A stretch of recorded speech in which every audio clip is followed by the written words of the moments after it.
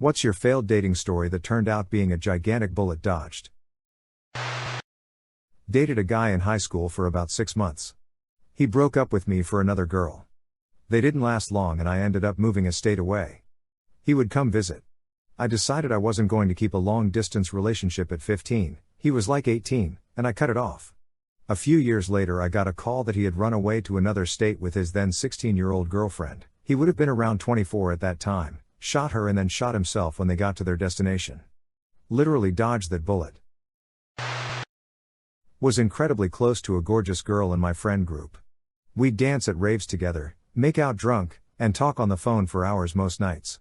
Whenever I'd ask her out on a date she'd say, "I don't think I'm ready for a boyfriend yet, but I like what we have." Well, eventually she starts dating an ex-con.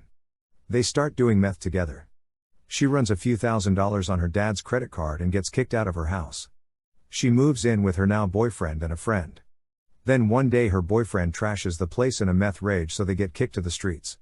A few years go by and she's been arrested a few dozen times and serves a 3-year prison sentence. My very first girlfriend, whom I truly loved at the ripe age of 17, dating for about 7 months.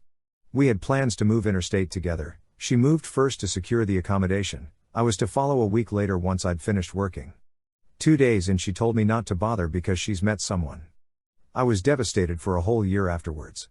She ended up marrying the guy and moved in with him and his best friend. Lived together happily for a few years, no issues with the marriage whatsoever. One summer, ex-girlfriend, hubby and housemate all decided to go on a 3-week road trip together. Partway through, hubby gets called back to work and has to fly home. Ex and housemate finish the trip and return home. Upon returning, ex and housemate announced they had discovered their undying love for each other on the trip, and would henceforth be an item. Hubby, understandably crushed.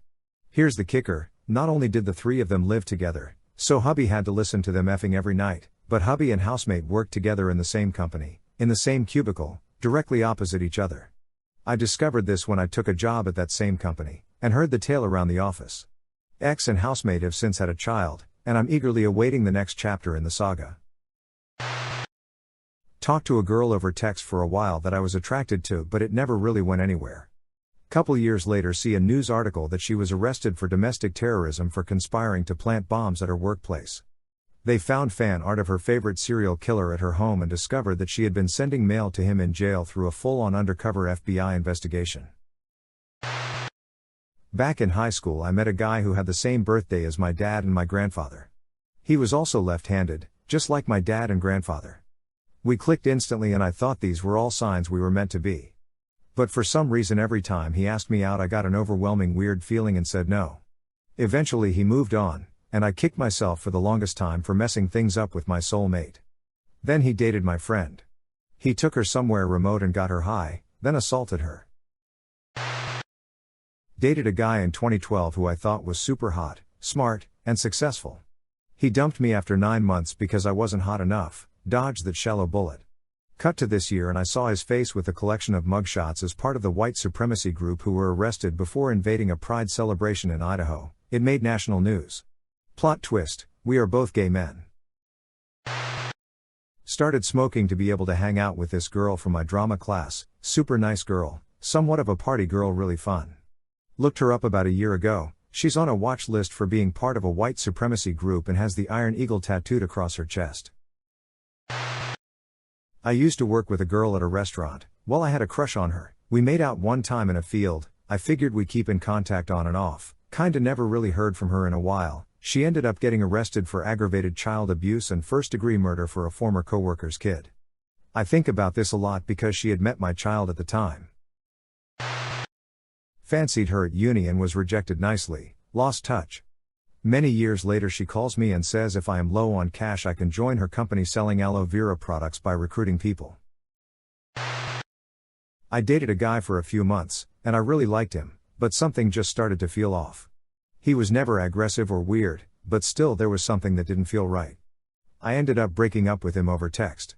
I know, horrible, but I was a teenager and didn't want to break up face to face. He then said things like he hoped I would commit suicide, but never straight to me. To my best friend, who had introduced us. In fact, I never heard or saw from him again. Until a while after. Apparently he had stabbed the girl he started dating when she told him she wanted to break up. He then injured her in other ways, ran from the cops and even attacked a cop before being arrested in a neighboring country. So yeah, even though I really liked him, I'm glad my spidey sense was tingling. Not about an ex, but I had a doctor who gave me the creeps, so I stopped going to him. I found out years later that he was arrested for tying a woman to a chair and assaulting her. Dated, and was madly in love with this guy in college. I thought he was the one. His mom didn't like me and eventually convinced him to break up with me. I was heartbroken, devastated, etc. I emailed him a couple times over the course of 6 months or so after the breakup, just to say hello, and the last time I did I got an email from his mom telling me to stop emailing him. 20 years later his LinkedIn profile was suggested to me. So out of curiosity I clicked on it. I kid you not, in his LinkedIn profile, he talks about his mom more than a little bit. I recently, briefly, reconnected with my first girlfriend after 17 years. For one thing, time has not been particularly kind to her.